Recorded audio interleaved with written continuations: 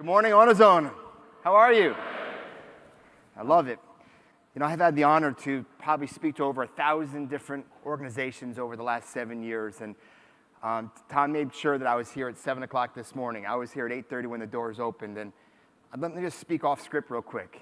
I've never, ever seen a culture like you guys. It's unbelievable.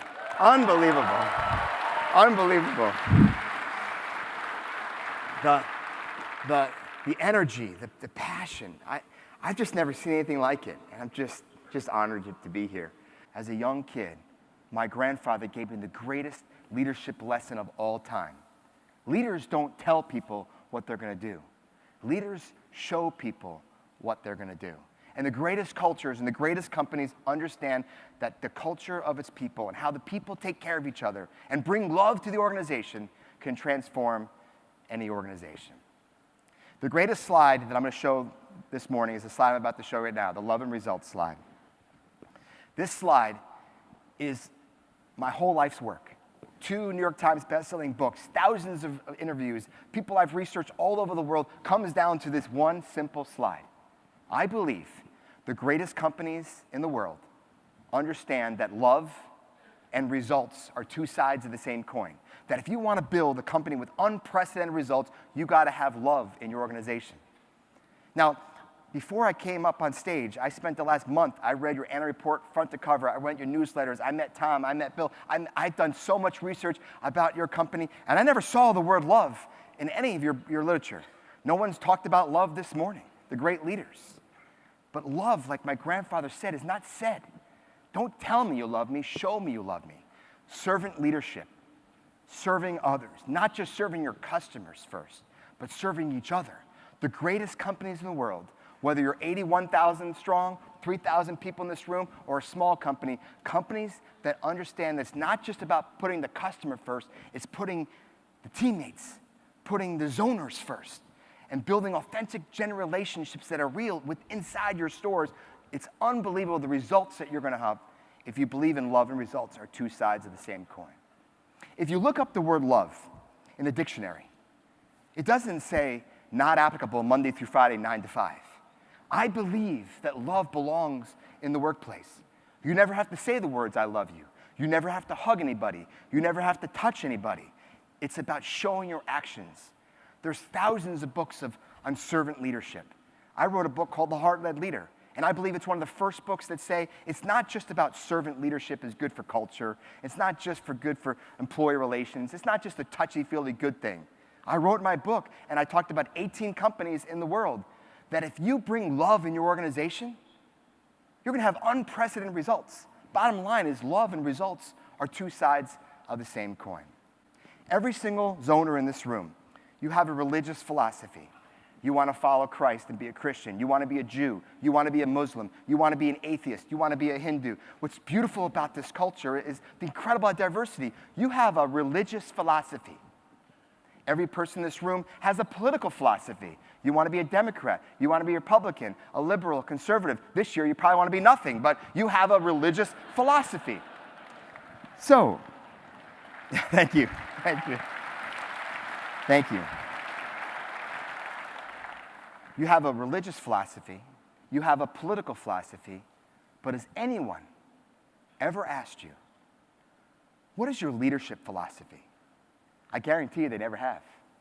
I'm going to spend the rest of my life, the rest of my career, every book, every blog, every tweet, every stage I'm on, I'm going to challenge people to ask you, what is your leadership philosophy? Because I believe there is a leadership philosophy. It's called heart-led leadership. It's servant leadership. It's putting others before yourself and doing it in an authentic, genuine way. If you show the slide, in the next slide here, I've had a chance to interview thousands of leaders, 2,000 leaders over the last 10 years, CEOs, unbelievable salespeople, the best organizations, to learn from them. I've become a student of leadership. I want to learn everything there is about heart-led leadership and organizations that bring their hearts to work. And I chose 18 of them in my book, and that 18 people represented the 18-inch journey from your head to the heart. That's the greatest journey that any zoner can take. It's not enough to bring your head to work. You have to bring your heart to work to connect the head to the heart, and that journey is 18 inches from your head to the heart. I picked 18 leaders to write about, 18 organizations to document how love and results are two sides of the same coin. This is Cheryl Bachletter. She's the CEO and president of Popeyes. Anyone ever been to Popeyes? A few of you. Anyone like Popeyes? There you go. I got to tell you, I'm not a Popeyes fan. I don't eat fried chicken. I don't really care about, Popeyes as a company. But this leader, Cheryl Bachletter, the CEO of Popeyes, I believe is one of the greatest CEOs in the country. She totally understands what HeartLed Leadership is and how it can transform a company. Many of you don't probably know the story of Popeyes, but 6 years ago, Popeyes was near bankruptcy. It was a huge company, hundreds of millions of dollars, 50 or 60,000 employees all over the world, thousands of stores. It was a huge organization, and it was inches away from bankruptcy.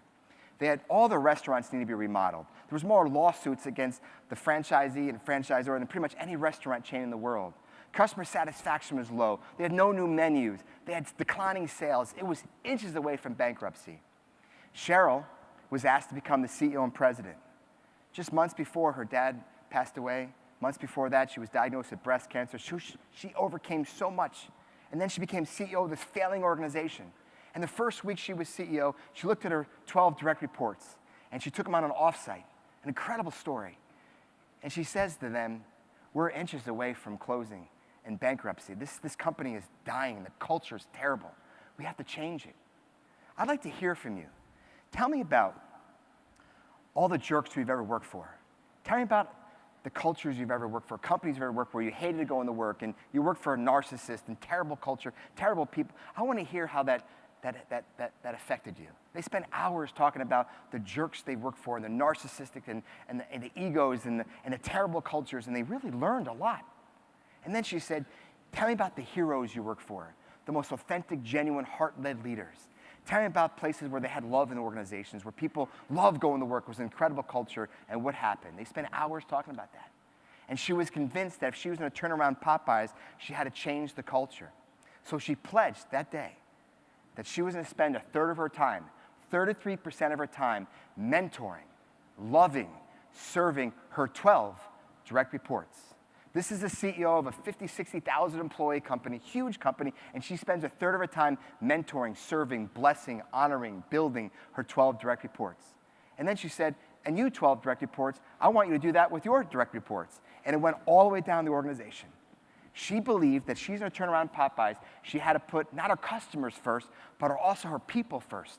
She had to invest in them, learning their stories, understanding their goals, understanding who they want to become. And she did everything she could to help advance her direct reports. And she asked her direct reports to do this all throughout the organization. It totally transformed Popeyes. 6 years later, Popeyes grew 450%. And it's now the second fastest food chain in the world. Because one leader decided to go to work and say, I'm going to live and lead differently. And when I interviewed Cheryl in the book, how did you do this? How did you transform a failing company to growth of 450%? You know what she said? Love. I built love in my organization. Never had to say the word, never had to hug anybody, never had to tell anyone I loved them. I just showed love every day by building relationships with the people that work for me. Store managers, where are you? Store managers. You have there you go. Give it up to the store managers. You bet. Now, I know it's not politically correct to tell what child you like the most. I have 3 kids. I got a favorite, but I'm not going to tell you who it is, right? Store managers are the most important job in this company. I mean, I know it's great to be a district manager and a regional manager and a vice president, and you can go all the way up to be, executive vice president, CEO, but the store managers, you have such an opportunity to change the culture in your store.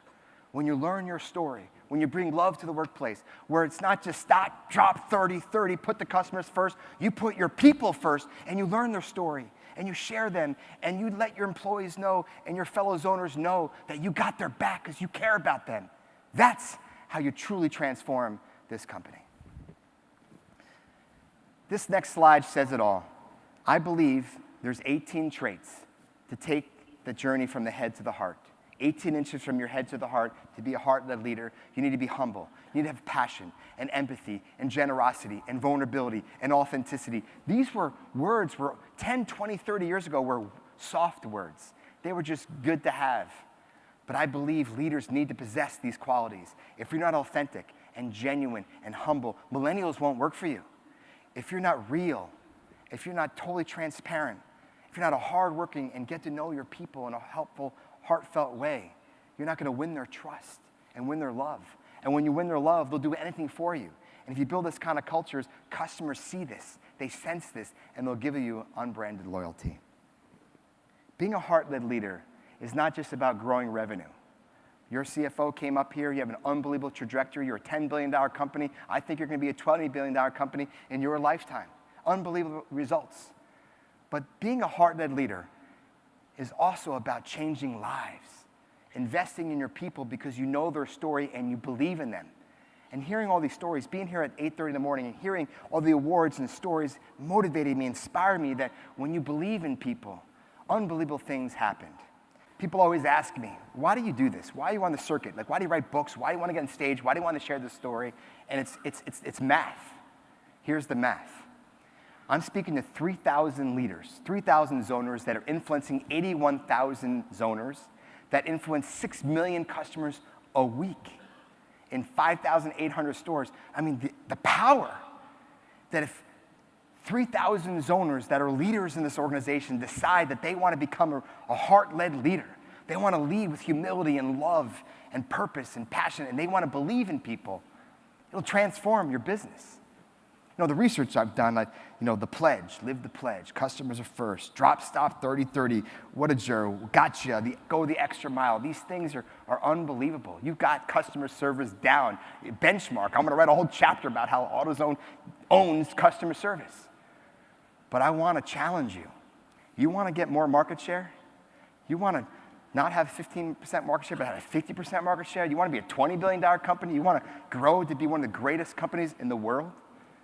Then these 3,000 people need to be ambassadors of heart-led leadership. You need to go back to your stores, back to your regions, back to your district, back to your headquarters, and lead with love with each other.